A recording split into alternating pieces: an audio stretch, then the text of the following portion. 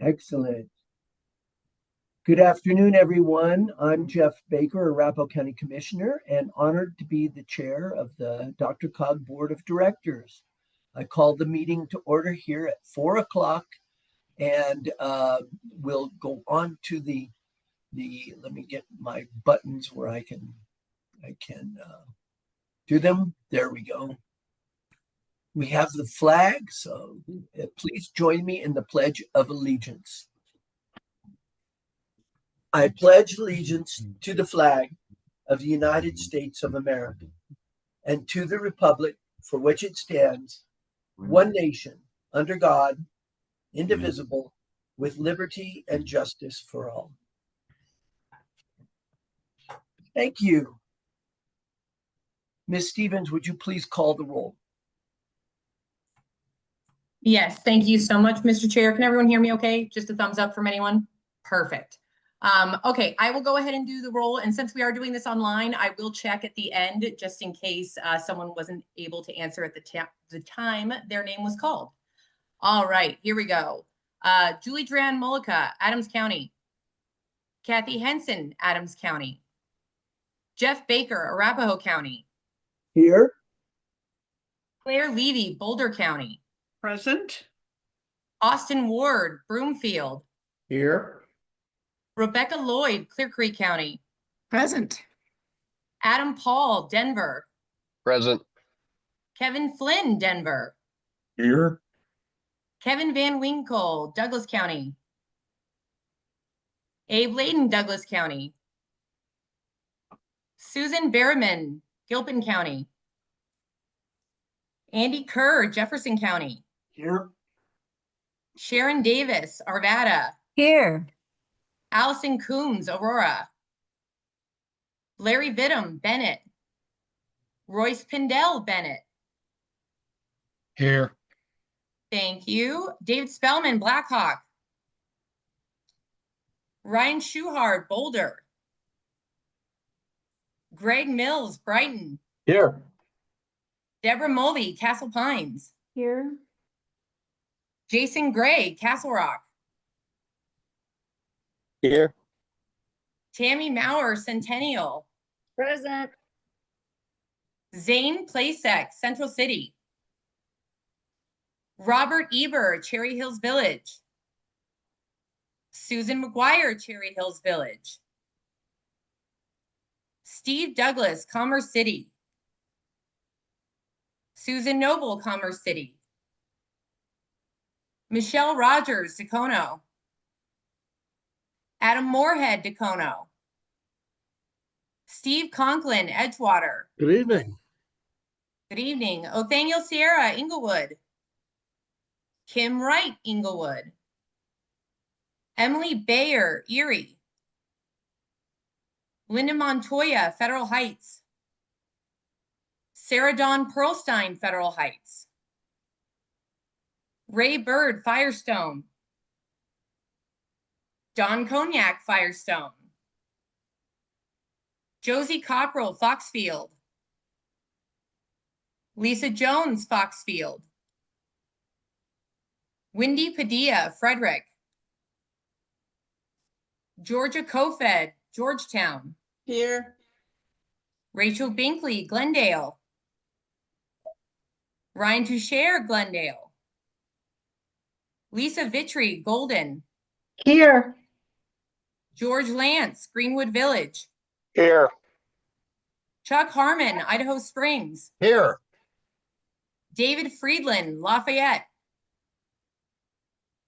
Jeslyn Sherazai, Lakewood. Here. Kyle Schlachter, Littleton. Kat Bristow, Lockbuoy. Here. Marissa Harmon, Lone Tree. Alicia Brown, Lone Tree. Aaron Rodriguez, Longmont. Judy Kern, Louisville. Happy to be here. Happy to have you. Holly Rogan, Lions. Mark Browning, Lions. Colleen Whitlow, Meade. Here. Angela Bernhardt, Morrison. Here. Kathleen Bailey, Mountain View. Here. Nicole Sterling, Nederland. Richard Kondo, Northland. Here. Shannon, oh, there he is. There you go. Hi, Rich. John Dyack, Parker. Here. Terrence Kelly, Sheridan. Lee Bernardo, Silver Plume. Neil Shaw, Superior. Mike Foster, Superior. Justin Martinez, Thornton. Here. Sarah Nermella, Westminster. Here. Rachel Hulteen, Wheat Ridge. Here. Darius Pakbaz, CDOT. Here. Sally Chafee, CDOT. Bill Saroy, RTD. All right, and for anyone who wasn't able to either speak or wasn't brought over, I do see someone with their hand raised that says Zoom user. You can now unmute yourself. Yes. Sorry. And could you, Yes. yeah, Steve could you Douglas. state your name? Yes. Steve Douglas, Mayor of Commerce City. Thank you. There we go. Good to have you. All right, I'll get you promoted. Anyone Marissa else? Harmon with Lone Tree is also here. Thank you so much. Absolutely. Thank you, Mayor. All right. And with that, Mr. Chair, I believe we do have a quorum and I will pass it back to you. Great. Thank you very much, Melinda. Is there anyone here for the first time attending one of the DRCOG Board of Directors meetings? If you could raise your hand, we'd like to just recognize you. If this is your very first meeting, I don't see any hands raised. All right, so we'll go on ahead to our next item on the agenda. And that is, I will entertain a motion to approve our agenda for the evening. So moved. And if you could say your name, please, too. Sure. Judy Kern, so moved. Second, City of Idaho Springs, Chuck Harmon. Great. We have a motion and a second. Is there any further discussion? Seeing none, all in favor, please say aye. Aye. Aye. Any opposed? Or abstention? Seeing none, that motion carries. Thank you very much. We'll move on to the next item, which is the report of the chair. The only report I have is that having this meeting the day after Election Day, I just want to say congratulations to all of our directors who may have been campaigning hard during the last few months, and for those that were successful. And we want to just recognize you and say thank you. And with that, I'll go ahead and pass it off to Executive Director Doug Rex for his report. Thank you, Mr. Chairman, very much. And good evening, everybody. Thank you all for joining. Always a concern the day after the election, what kind of turnout we're going to get, but we really do appreciate your attendance tonight. Just a couple things from me. I know we want to get through our agenda as timely as possible. First of all, we have a new call for projects that we're planning on announcing. So there's a call for letters of interest are open now through November 15th. There's over $3 million available for technical assistance projects with no local match required for livable centers, small area planning, community-based transportation planning, and innovative mobility set-asides planning. So just kind of FYI, we've obviously solicited to your staffs and the like, but I just want to make you aware in case someone brought it up to you. Go-Tober, I want to just mention this real quick. It's a wrap for the year, and each year, Way to Go challenges employers in the region to compete to see who can best support their employees in making eco-friendly transportation choices. And the winners of each of the 5 size categories are the following. In the extra large category, CDOT. Large category, the town of Castle Rock. Congratulations to Castle Rock. Medium was Muller Engineering. Small was Consor Engineers. There were a first-time participant, and the extra small was the Regional Air Quality Council. Go figure, huh? Only makes sense. But we also, there were, each of the winners will be recognized on our website, in social media, and in local news show, Great Day Colorado. So congratulations to everybody. We had wonderful participation, and we had a number of communities that were in the top 5 and top 10 of the list. So thank you all so very much. Appreciate you participating. Just one last note I wanted to mention. So Powerhead Colorado, which is our carbon pollution reduction grant program. You'll hear a little bit about the comprehensive climate action plan a little later on this evening. We, at the board's direction, you may recall that we submitted a Sunrise application related to the HVAC state licensing. And Dora wasn't planning on doing a whole lot of stakeholdering, so we decided to do our own. And we on Monday, we held 2 stakeholder events, one for industry and one for local governments, and absolutely wonderful participation. We had 90 or so from industry that participated, and another, 50 or so from local governments. I think Dora's staff was well, first of all, Dora's staff was extremely appreciative of us hosting these, and I think they got some very valuable feedback, varied opinions, of course, which is always wonderful. And but yeah, I think they were truly a little overwhelmed by the response that we received. So hopefully that was good for them. And last but not least, I'll just echo what the chair had mentioned with regarding elections. I congratulate everybody, all the incumbents coming in. I know you did a whole lot of work out there, whether you were successful or not. I know you did it the right way. I have no doubt about it. I want to thank you also very much for the public service that you provide to this region. Thank you, Mr. Chairman. Thank you, Doug. Appreciate that. We'll move on, excuse me, to item number 7. This is public comment. We've allocated up to 45 minutes for public comment. Each speaker will be limited to 3 minutes. If there are additional requests from the public to address the board, time will be allotted at the end of the meeting to complete public comment. I'm going to request that there be no public comment on issues for which a prior public hearing has been held before this board. Our consent and action items will begin immediately after the last speaker. Melinda, do we have anybody who is either signed up or is indicating they would want to speak? Thank you, Mr. Chair. Yes, it looks like we do have someone. We have Matt Fromer. Let me go ahead and unmute you, and you should be allowed to speak at this time. Mr. Fromer, please go ahead. You're with the board of directors for DRCOG. You have 3 minutes. Excellent. Thank you. All right. Good evening, everyone. Thanks for the opportunity to speak today. My name is Matt Fromer. I'm the Transportation and Land Use Policy Manager with the Southwest Energy Efficiency Project, also known as SWEEP. We're also part of a broader sustainable transportation coalition that includes Conservation Colorado, Sierra Club, NRDC, Green Latinos, COPERG, Bicycle Colorado, and others. DRCOG has some excellent goals and performance measures in the Metro Vision related to Vision Zero, air quality, climate action, transit ridership, VMT reduction, and environmental justice. However, our true policy is not in these aspirational goals, but in our budget. So as you look ahead to the next RTP, I ask you to prioritize projects that align with our goals by expanding transportation options beyond just driving. Doing so will save people money, reduce pollution, save lives, and improve access, especially for the 1 in 3 Americans that don't drive, either because they're too young or too old, have a disability, or can't afford it. Car dependence is also very expensive at a time when affordability is a top concern for Coloradans and transportation is the 2nd largest household expense.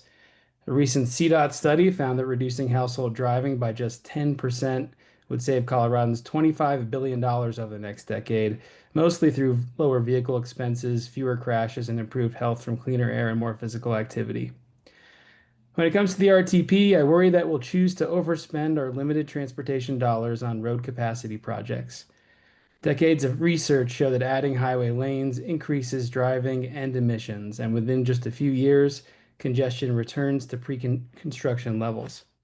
Expanding highway capacity also fuels exurban sprawl at a time when DRCOG's goal is to locate more people and jobs in urban centers and near rapid transit. We should invest in our existing communities rather than converting open space and natural lands into dispersed low-density development far from jobs, businesses, and transit, especially when doing so requires taxpayers to pay more for brand new infrastructure. Highway expansion also represents a major opportunity cost. For example, completing the 7 unfunded bus rapid transit corridors in the RTP over 82 miles of BRT would cost about $550 million, less than half the cost of the recent I-70 Central widening. DRCOG's own surveys show that residents want more transportation options. Today, more than half of all trips in Colorado are under 3 miles, yet walking and biking make up only 7.5% of trips. We can do better. The recently released 2050 RTP candidate project list includes many excellent projects that would expand access and transportation choice. However, too many of these projects are unfunded or pushed to the out years. This includes BRT corridors like Hampton, Havana, Broadway, Lincoln, 38th and Park, complete streets projects on Quebec, Pecos, Alameda, and Wadsworth, and bicycle and pedestrian trail upgrades on Cherry Creek, South Platte, and Clear Creek corridors. Why should we wait until my kids are in their 30s for these important projects to be finished? And so I asked the board to align our project list with our goals by moving these multimodal and transit projects forward for funding in the next 5 years. Thanks Thank for you, your Mr. your Froman. leadership. We appreciate your comments. Thank you. Are there any other public comments, Melinda? Not that I can see, Mr. Chair. All right, then I will close public comment. And we're going to move on to item number 8 on our agenda, which is the consent agenda. The consent agenda consists of a summary of our October 15th, 2025 meeting, and you should see that as attachment A in your packet. Is there a motion to approve the consent agenda? This is Georgia Kofed, Police Judge of Georgetown, and I move to approve the consent agenda. Thank you. Do we have a second? Steve Coughlin, Edgewater, second. Thank you very much. Any further discussion? Not seeing any hands, let's move to a vote. All in favor, please say aye. Aye. Aye. Aye. Any opposed? Or abstentions? Seeing none, that motion carries. Thank you very much for doing that. The first action item is item number 9 on your agenda. This is discussion of the DRCOG Comprehensive Climate Action Plan. It's attachment B in your packet. And we're going to hear tonight from Robert Spots, who's the program manager of Power Ahead Colorado. Mr. Spots, you have the floor.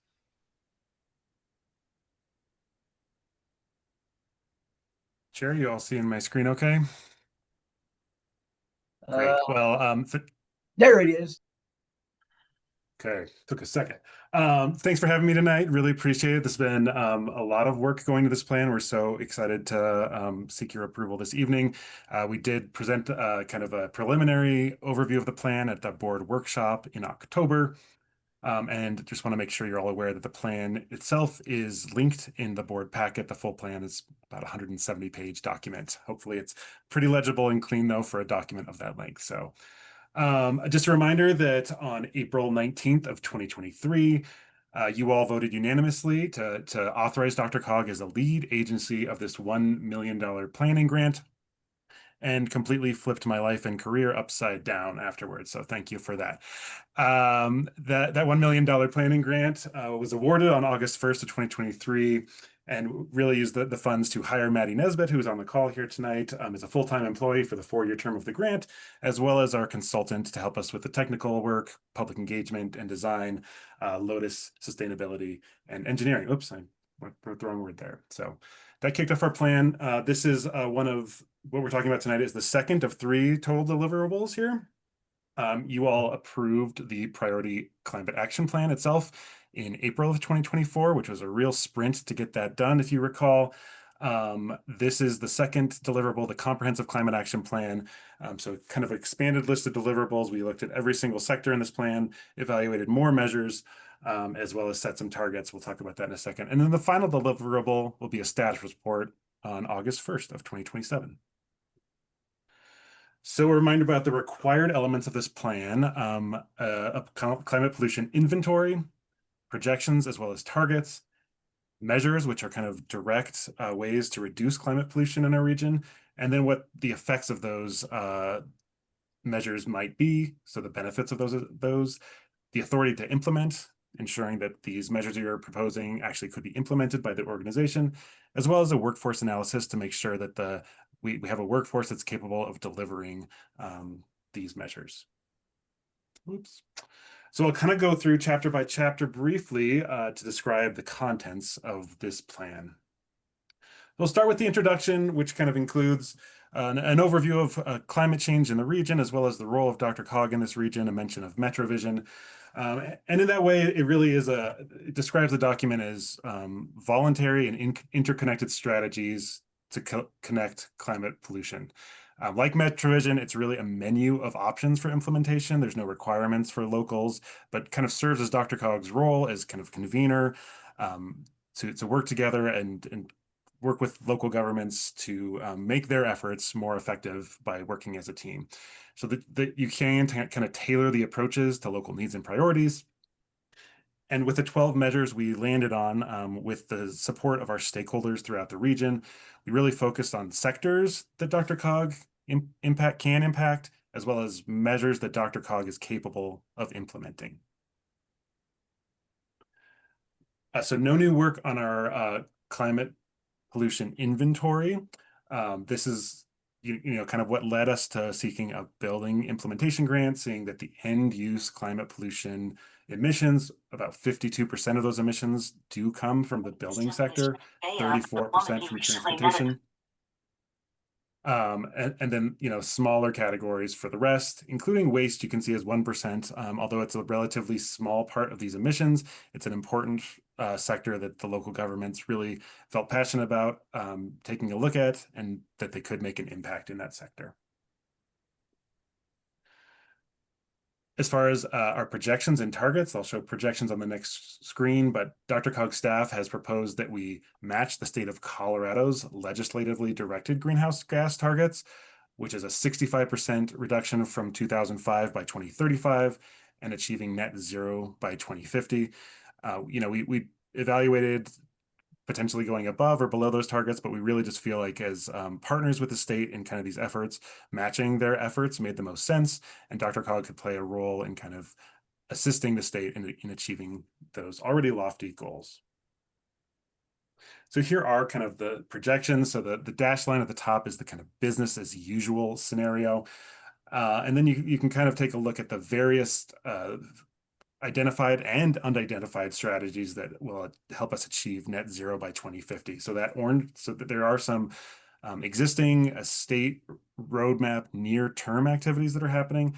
Our buildings program is in the blue there, so we're proud of that, taking a significant chunk through the buildings program. The orange is yet to be identified policies that the state, potentially in partnership with us, could identify to achieve net zero.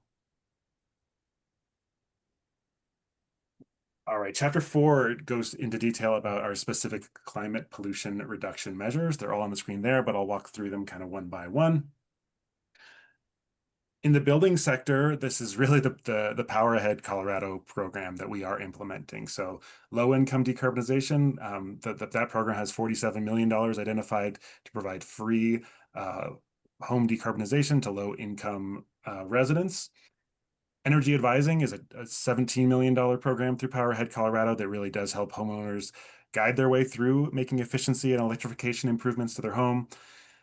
We have $43 million for rebates and incentives, so that those will be reducing the cost of appliances and efficiency measures on buildings. And then $39 million for the Building Policy Collaborative. We're very happy to see so many applications come through for our jurisdictional subawards. We had a total of 27 subawards come in, which will result in distributing about $29 million to locals. So those will be on the agenda for finance and budget later this evening, and then we'll start contracting on a lot of those. So really a successful program.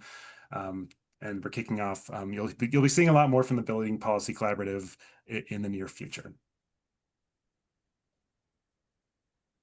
In terms of transportation, 2 of these measures were in the Priority Climate Action Plan, the Regional Bus Rapid Transit expansion.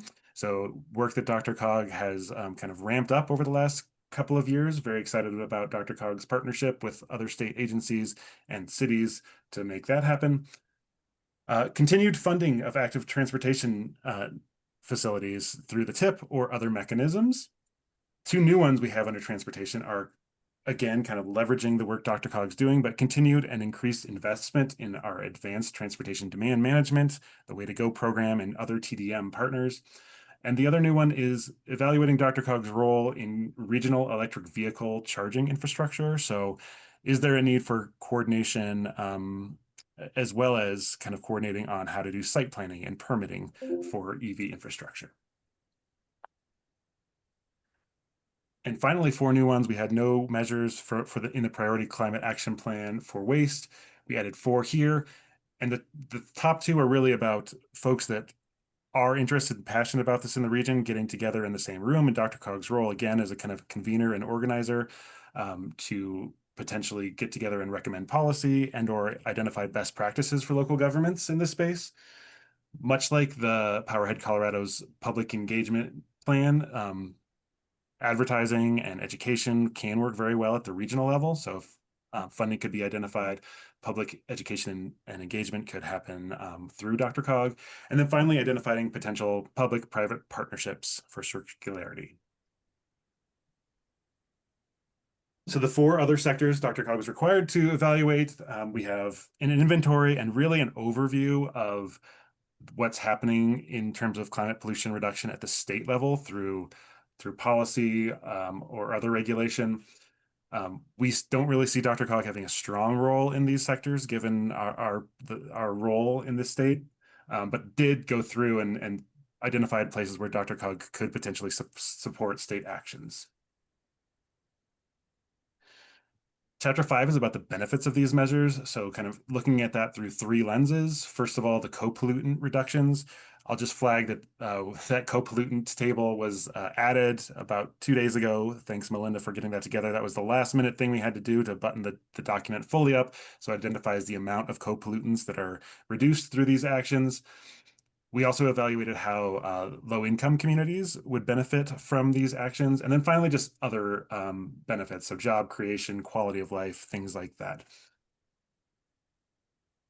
Chapter 6 goes over our efforts in public and stakeholder engagement, and just a refresher on that we've held a monthly stakeholder committee meeting for the last better part of 2 years.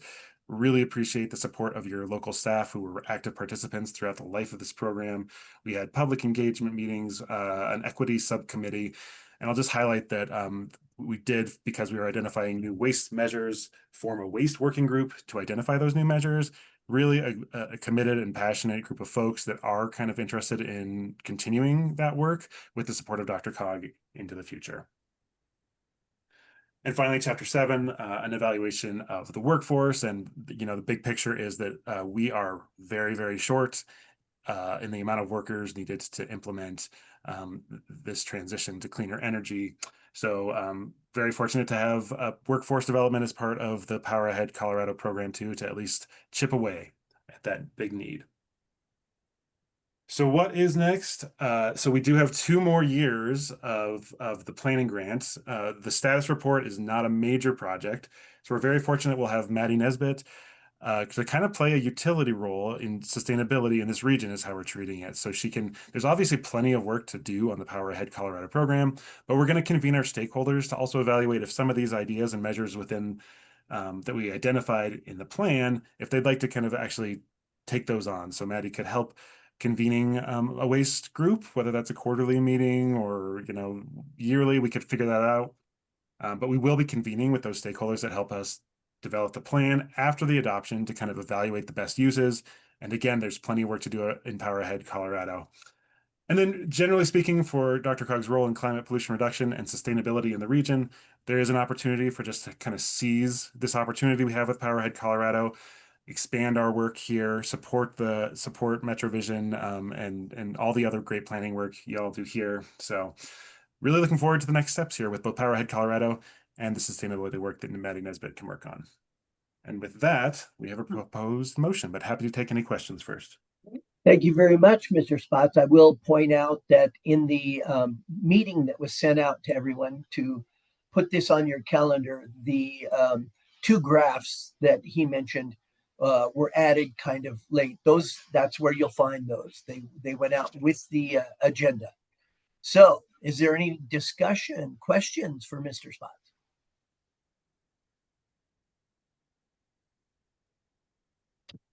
And Melinda has put a link to the graphs in the chat as well. I do see one hand raised. Director Ward. Thank you, Chair. Mr.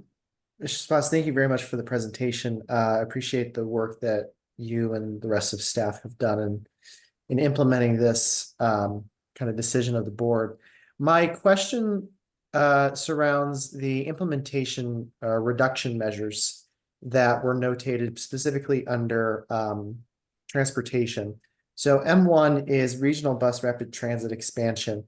I just want to confirm that those are kind of the BRT corridors that are outlined in a number of our documents for DRCOG, correct? That is correct. Okay.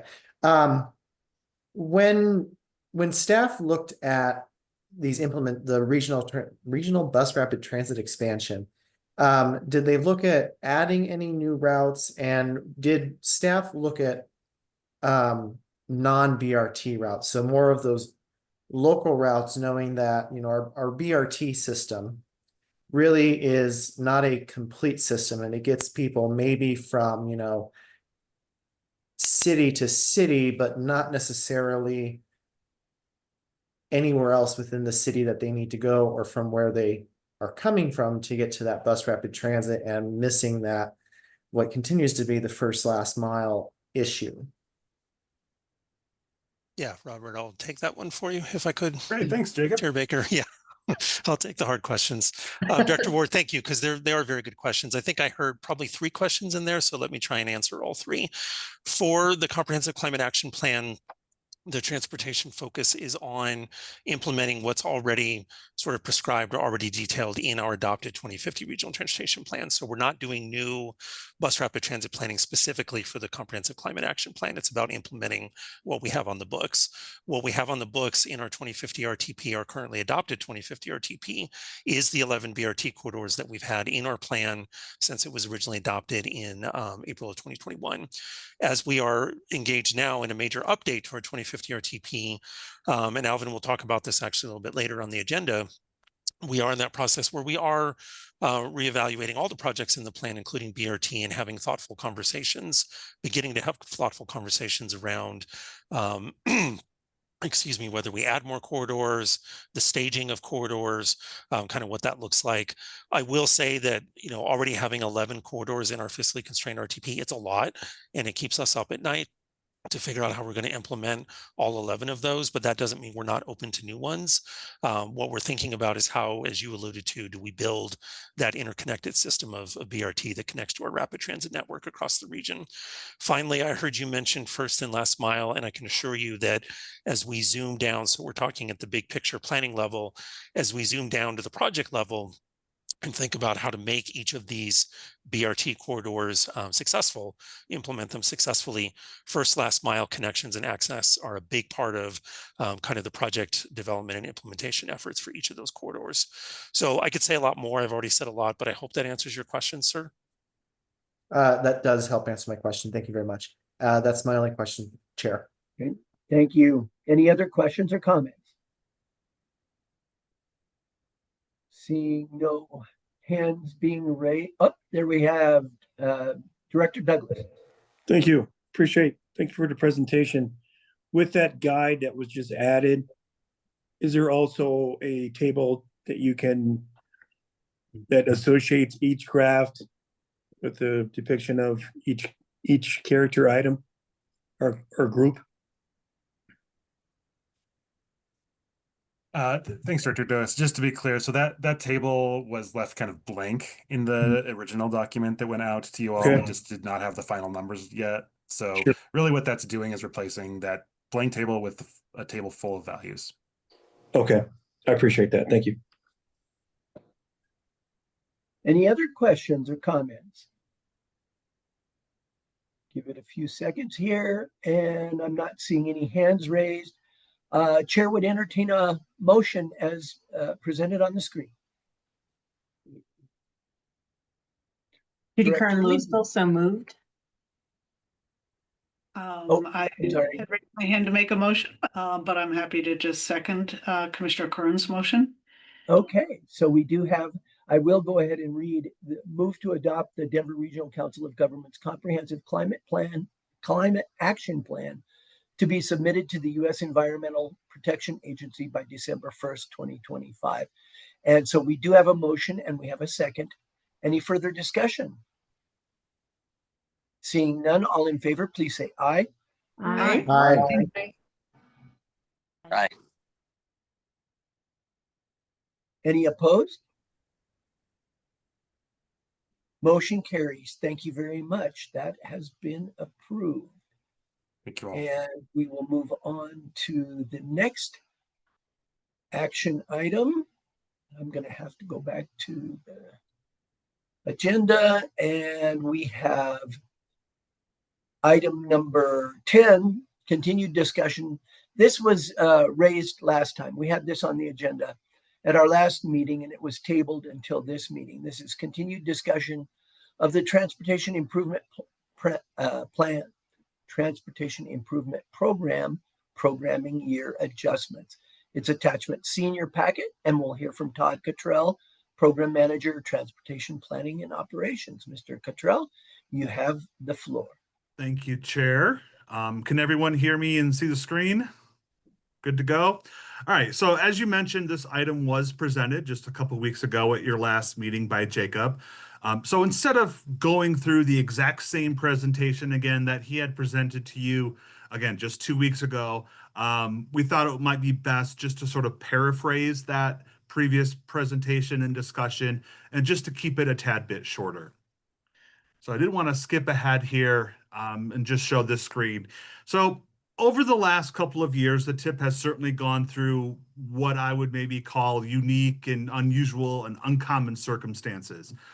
First of all, we had a change in how and what the time schedule for the RTP and being adopted, and we've had some funding reductions through the TIP. But first, I just wanted to talk about sort of that relationship between the Regional Transportation Plan and the TIP, which sort of gets to the recommendation 1 that you see on your screen. So I think the best way to describe the RTP is really sort of a heartbeat of transportation for DRCOG. And so when we issue a call for projects in the TIP, we want that call to be based on, the most recent version or the most updated version of that RTP. And that relationship between the RTP and the TIP got a little misaligned a few years ago when the new RTP was adopted out of its normal 4-year update cycle, which then caused the TIP to be out of sync with the RTP. So recommendation 1 really gets to reverse this and sort of resync these 2 documents, meaning that the RTP would be adopted before issuing any TIP calls for projects. The net effect for the TIP is really to shift the regular schedule of what would be the normal 28 to 31 TIP just out 1 year to cover the years 2029 to 32. Recommendation 2 is sort of in reaction to adjusting those TIP years. As if we adjust those TIP years, it leaves FY28 unprogrammed. So if you recall earlier this year, we did have a discussion on this, and we had presented some very draft early recommendations to you. But then certainly, quickly after that, we learned of some funding reductions in the TIP that were going to come our way for all sources, federal and state, which sort of quickly eliminated how we were going to program FY28.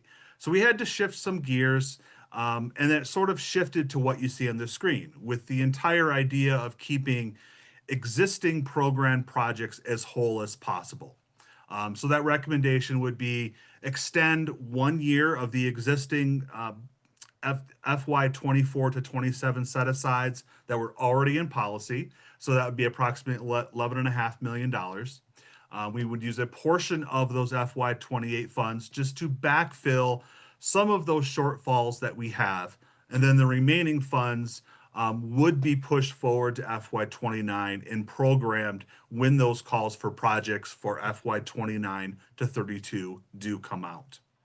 I think the last thing I would mention is we're making guesstimates right now on what that programming level for FY28 may be.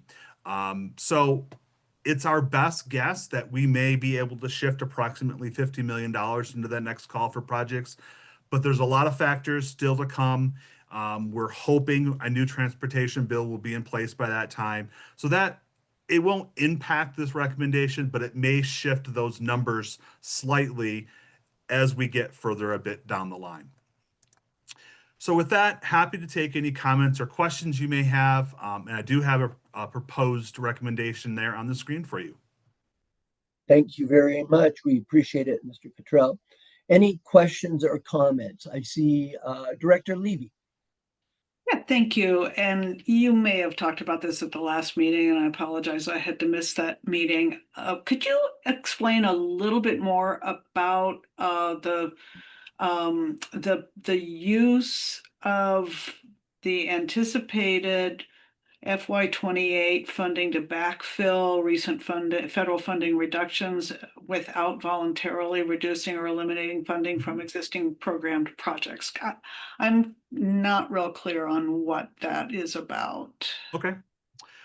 So every June, CDOT has a discussion with all the MPOs statewide.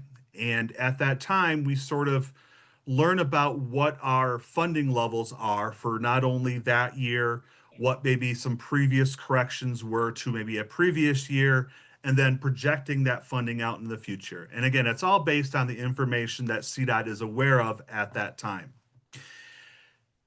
It's nothing to blame CDOT about, but there was a large amount of funding reductions that came through for the past 2 years, this current year, and then correcting those funding projections out in the next couple years. And it really has to do with an obligation limit. So on a federal level, when you see funding levels presented in a bill, that doesn't necessarily always translate 100% to what a state or an MPO might receive. Traditionally, that ob limit is what we call it, is around 92%. So we would receive 92 cents on the dollar.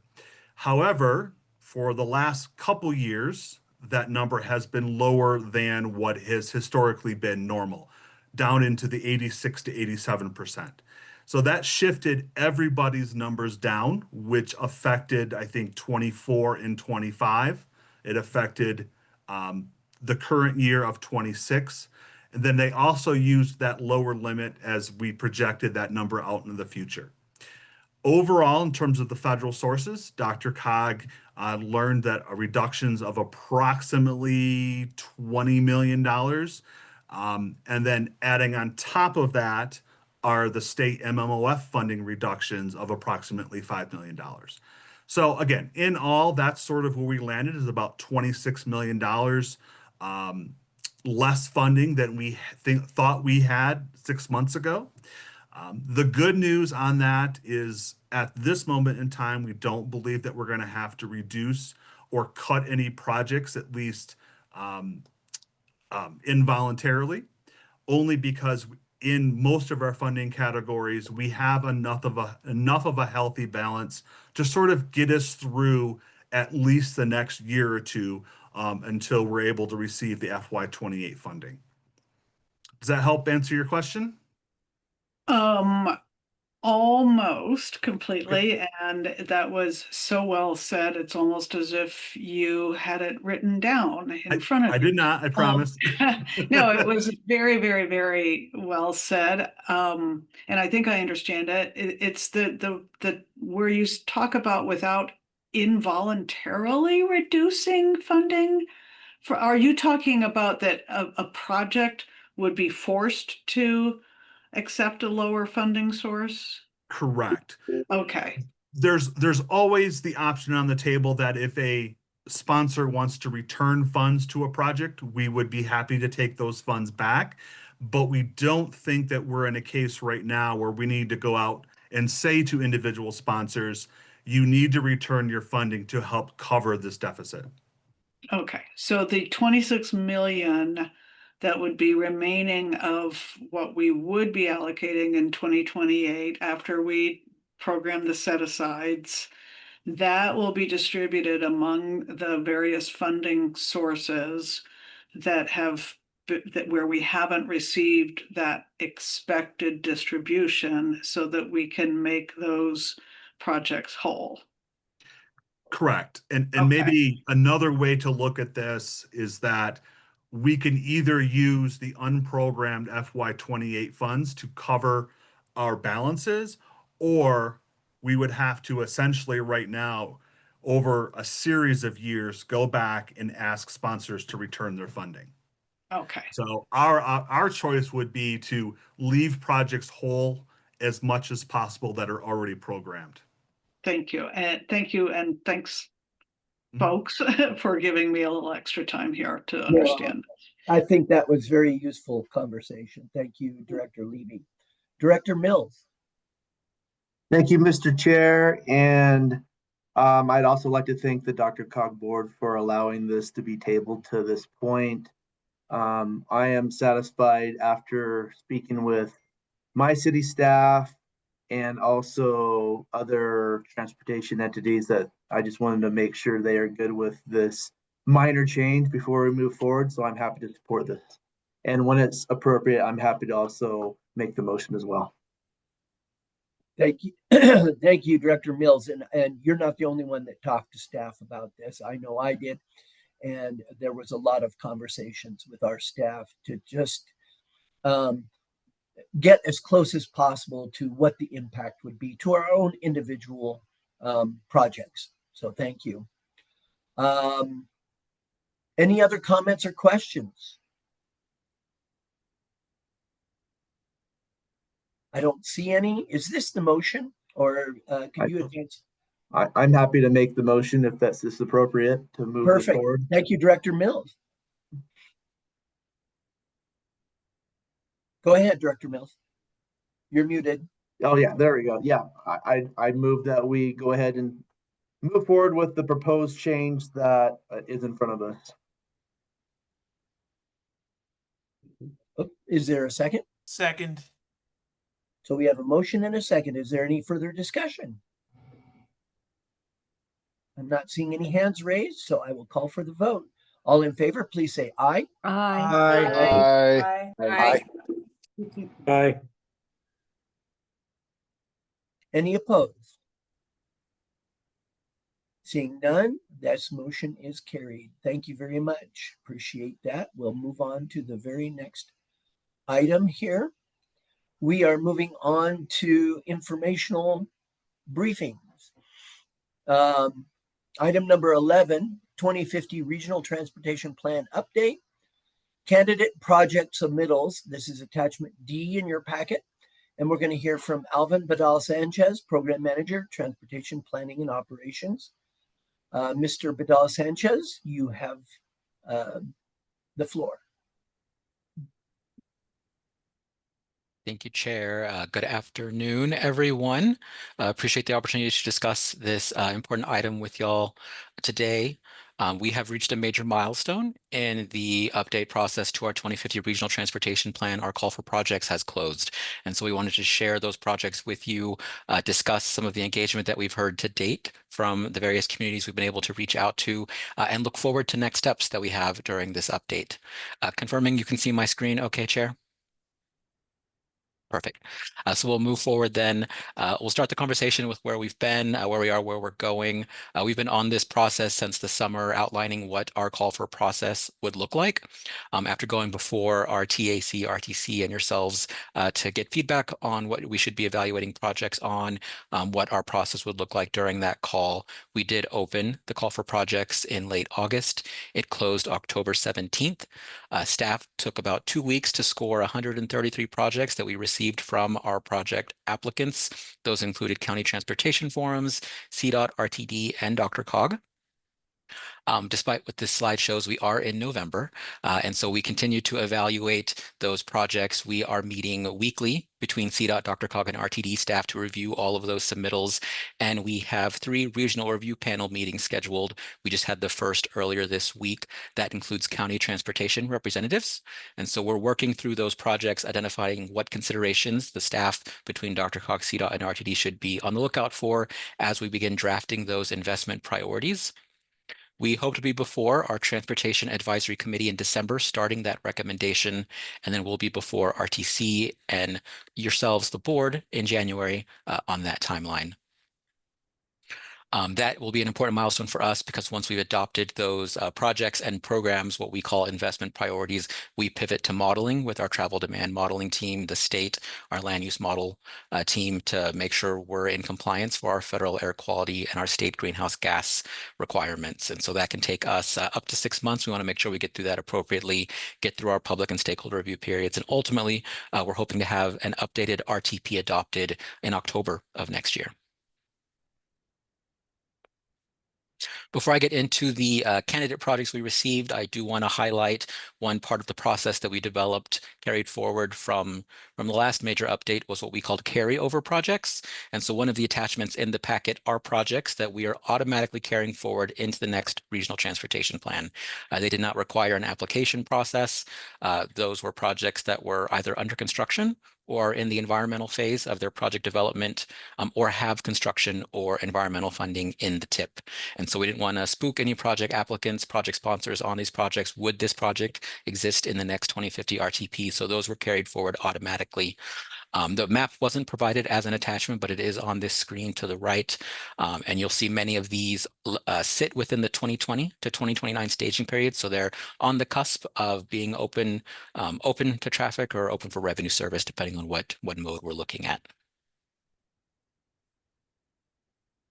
Shifting to our candidate projects, this was an attachment in the packet as well. We received 133 candidate projects. That number on the bottom was not corrected. Apologies for that oversight. The bulk of those projects did come from our local local member governments. So those were identified through our county transportation forums or at the county level for our partners in Clear Creek and Gilpin. So 109 came from local project sponsors, 14 from our CDOT partners across Region 1 and Region 4. DRCOG staff submitted 8 related to the Regional Bus Rapid Transit Program, and then RTD submitted 2 for evaluation. So all of these are currently in the mix of projects that are being evaluated. So we've gotten through the priority identification phase. Right now, like I'd mentioned, we're in the evaluation and coordination phase. DRCOG staff have scored those projects. Like I had mentioned, CDOT, RTD, and DRCOG staff are meeting weekly until we've identified those draft investments to draft what that looks like, consider all the different aspects of projects, what makes sense to include in the plan, how much funding is available in the plan, what's the appropriate scope for some of these projects. We are also meeting with our regional review panel, so that includes staff from DRCOG, CDOT, and RTD, and a representative from each of our 10 counties participating in those conversations, identifying other feedback considerations we should look into as we draft those investment priorities. Once we've identified that list, like I had mentioned on that timeline, we'll go before our technical body, the RTC, and the board for their own review before those get adopted and finalized for next steps in our plan update process.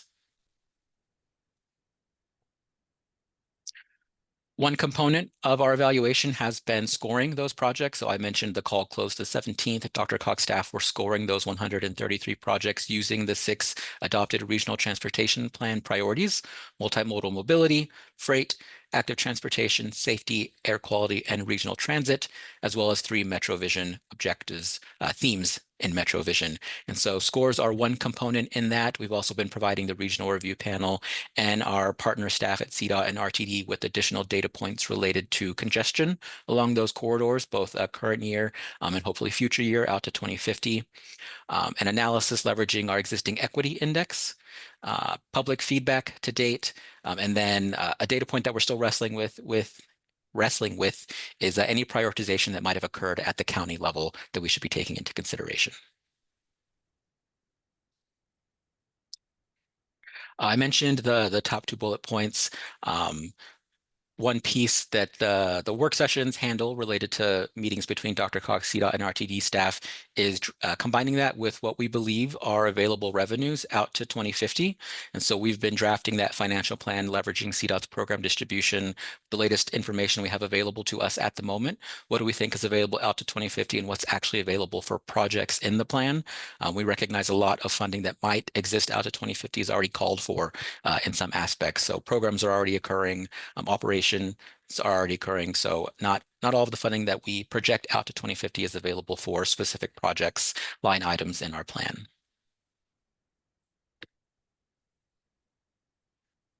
Pivoting to engagement, since it's been a few since we've discussed what we've been doing on the engagement side for the regional transportation plan, we have been trying to do as many in-person events as possible, but also leveraging our virtual techniques where they're available. So we do have a dedicated social pinpoint page, a hub for all of the information that we're asking, collecting, compiling related to the regional transportation plan. So we did have an online survey available through that. We received 320 responses. We've been at a number of pop-up events throughout the region, just going to where there's already an event occurring. Can we set up a booth there, ask folk for feedback, help us identify priorities for investment? Almost 1,500 people reached across the region, so we're really excited about that number. And then we also have two focus groups that we've stood up that we had last major update, which were the Civic Advisory Group and the Youth Advisory Panel. And so across those two groups, we've been able to meet with 34 individuals 2 to 3 times through this plan update process. Overall, what we've heard through that engagement, recognizing that this isn't a representative sample across the region, haven't been able to reach all communities, but a general preference for improving transit, bicycle pedestrian infrastructure. Maintenance came up a lot as well in our in-person events as an important priority.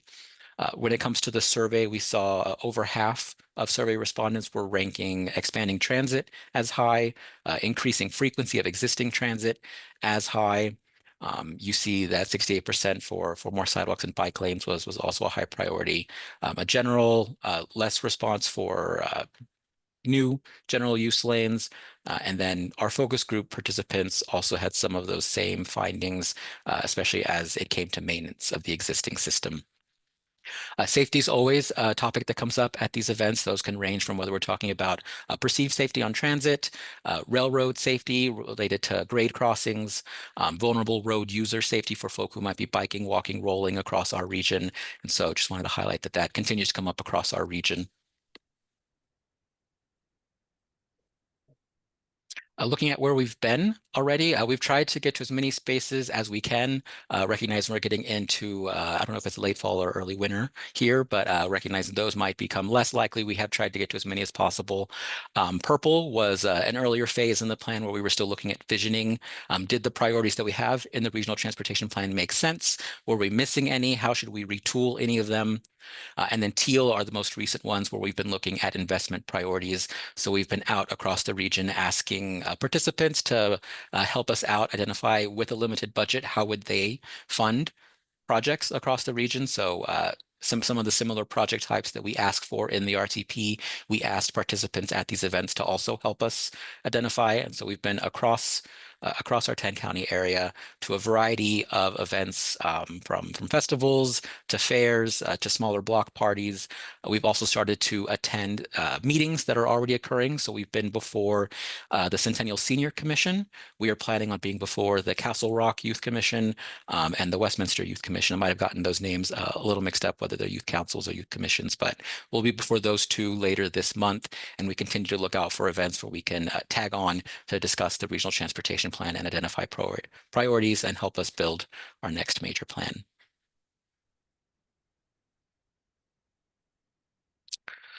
So coming back to next steps, we are evaluating those projects. We'll continue to do that through the month of November.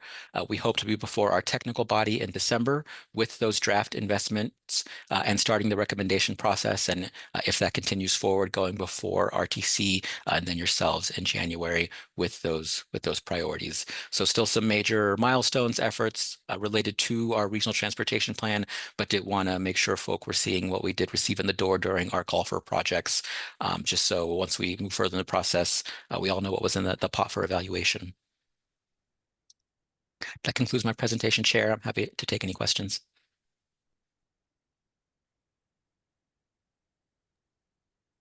All right, thank you. We appreciate that presentation. Questions or comments?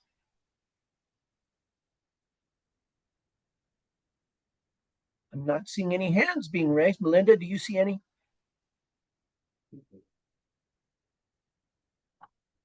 Doesn't look Sorry about like it. that. I do not see any either.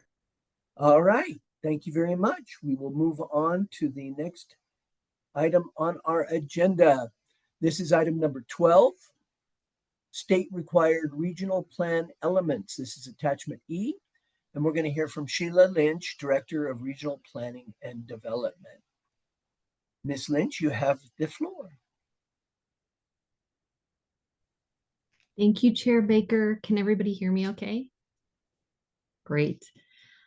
I don't have slides this evening, so we wanted to provide, no slides, so we all can look at each other. So we wanted to provide a brief and early update on a funding opportunity that we'd like to pursue through the state of Colorado. The Department of Local Affairs has a funding program called Housing Planning, and it's focused on helping communities implement elements of housing planning that were in Senate Bill 174 or the Sustainable Affordable Housing Assistance Act. And there are two elements in there that are required for regional plans. And so DRCOG, having a regional plan in MetroVision, will need to conduct those two elements by the end of 2026. It's a strategic growth element and a water element. And so in order to conduct those or to accomplish those two elements and incorporate those into our regional plan, we would like to seek funding to do so. And so DOLA has this funding program. The funding opens on November 7th, so this Friday, and then it closes on December 3rd. So that's part of the reason we're here this month, because we just want to give you a heads up because our meetings don't align perfectly with those deadlines. And then the other thing I just wanted to highlight is that another area of funding that we can seek through this same funding source is around housing action planning. So in that same new law, there is a requirement for local governments with populations of over 5,000 or 5,000 or over to do housing action planning. And what we've learned through the development of our regional housing strategy, which was started prior to all of the new laws, was that we've done significant work that we think could assist local governments in achieving those housing action plans. And with additional funding, might be able to do additional, what we're calling technical assistance, to assist local governments in their own process to develop an action plan and adopt an action plan. And so we are considering incorporating that into our funding proposal as well. So we just wanted to bring that in front of you, see if there are any questions, and just give you kind of early news on that effort. Great, thank you very much. Questions or comments? I do see one hand. Director Douglas. Thank you. I appreciate the information. Is that what you just presented to us? Is that here in the documents tonight, or is that something that's additional? Yes, there is a memo in your packet summarizing all of that, and probably in more detail than I just shared. What page is that on? Good question. Melinda, are you familiar with the page numbers? Page 78 of the PDF. 78, okay. Thank you. All right. Appreciate that, thank you. Yep. Right. Any other questions or comments? Please raise your hand if you have any.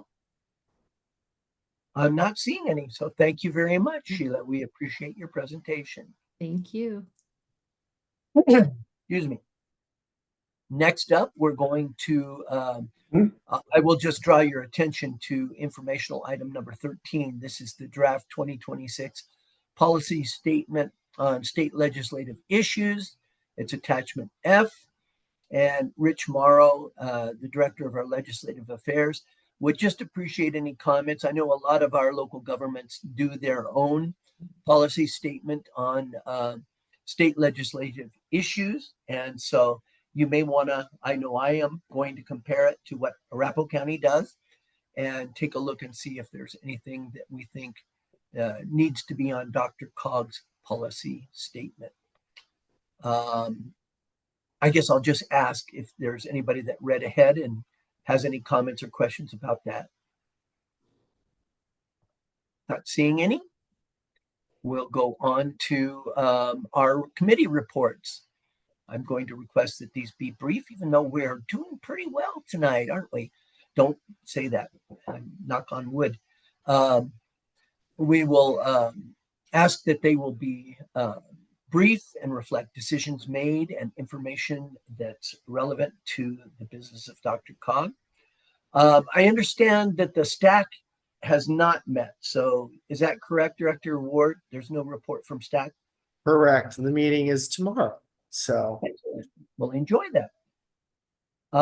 Metro Mayor's Caucus, we don't have, I believe they have not met either.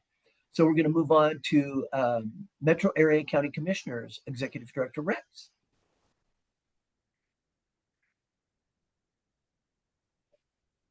Sorry, thank you very much.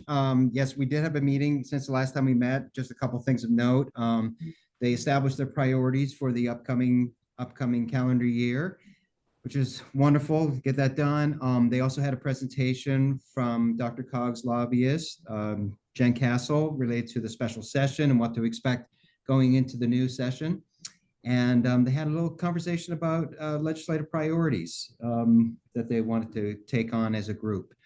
They talked quite a bit of time, a long time about that. I think they had some good thoughts and good conversation. And to the extent that it actually bumped Jailer Sanchez Warren's presentation on older adults, but we're going to do that next month. So thank you, Mr. Chairman, very much. Appreciate the opportunity. Thank you very much. Next up is a report from Jailer Sanchez Warren on the Advisory Committee on Aging.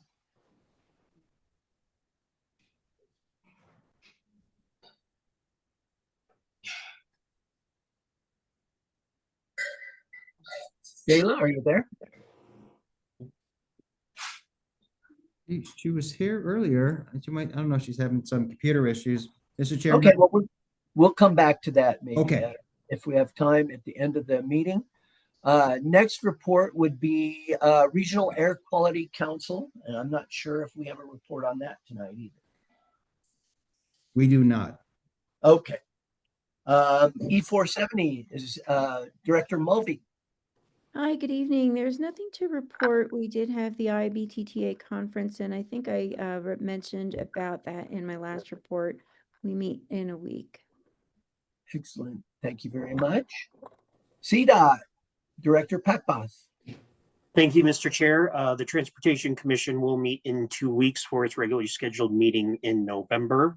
Some of the topics on there will include, of course, our upcoming improvements in the 10-year plan, and some of the items that have been on the Western Slope with some of the cameras, including our finalization of our draft budget for fiscal year 27. There has been some public meetings that have occurred in the last couple of weeks on Federal Boulevard Bus Rapid Transit Project, improvements on I-25 from US 36 to 104th Avenue, among others. And as Director Ward mentioned, the statewide Transportation Advisory Committee meeting is tomorrow. That concludes my report for this month, Mr. Chair. Excellent. Thank you very much. So we don't go ahead. I'm here now. Okay. Hi, Jayla. Hi. Sorry. No problem. Okay, so the ACA reviewed the federal fiscal year 2025 AAA services statistics. It was a tough year. We had more than $5 million less funding than we had in fiscal year 2024. Despite our loss in funding, we were able to provide 878,802 units of service. A unit of service is like a ride, a meal, an hour of in-home service, or a training. Unfortunately, though, we saw significant declines in our ability to serve. We had about 36% fewer rides that we were able to get. Provide almost 167,000 meals were not provided. You're going to hear more about this in my presentation, so prepare yourself because it's not really a joyful presentation. But times are getting harder for older adults, especially those who are over 75, low income, dealing with illness or disabled, those that live in rural areas. Because not only have we had changes, but there have been significant changes in other assistance programs like Medicaid, Medicare, SNAP, LEAP, all of those things. So it's a very tough time in our world. I don't know, maybe I'll bring some extra special goodies so we can feel better after my presentation when you hear it. But I look forward to talking to you all. Thanks. Great, thank you very much.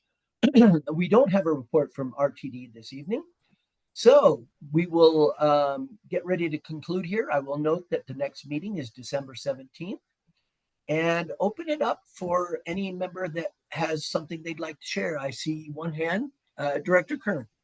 Thank you very much. Thank you, Jayla. I was actually at the AAA meeting that we had last. I really am imploring all of you to be present for Jayla's presentation.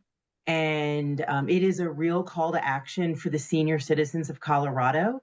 Jayla and her team are doing a phenomenal job with very little. And I'm incredibly grateful for the work that they're doing, as well as some of the other AAAs that are not part of DRCOG throughout our state. But as we get into these holiday times, it's winter, it's going to start to get chilly, although today was fabulous. In Louisville, I just wanted to put this out there. With the SNAP reductions, we are fully intending to provide at least one hot meal every day in the Louisville Senior Center. I realize we are not local to all of you, but our doors are open to everyone. And please let them know we are making a point of having the funds to at least provide this service to any senior who needs it. Thank you all. Very good. Thank you very much for that very timely reminder. And I know there are many other communities that are also taking on doing what they can. So kudos to you. Any other comments or questions for the good of the order? If not, I will remind you that there is a finance and budget meeting coming up after this. And we are in need of ensuring that we have a quorum. So I'm going to be there, and I urge any of the FNB members to log on and attend that meeting. We appreciate it. This meeting is adjourned. Thank you, everyone. Good night. Thank you. Bye.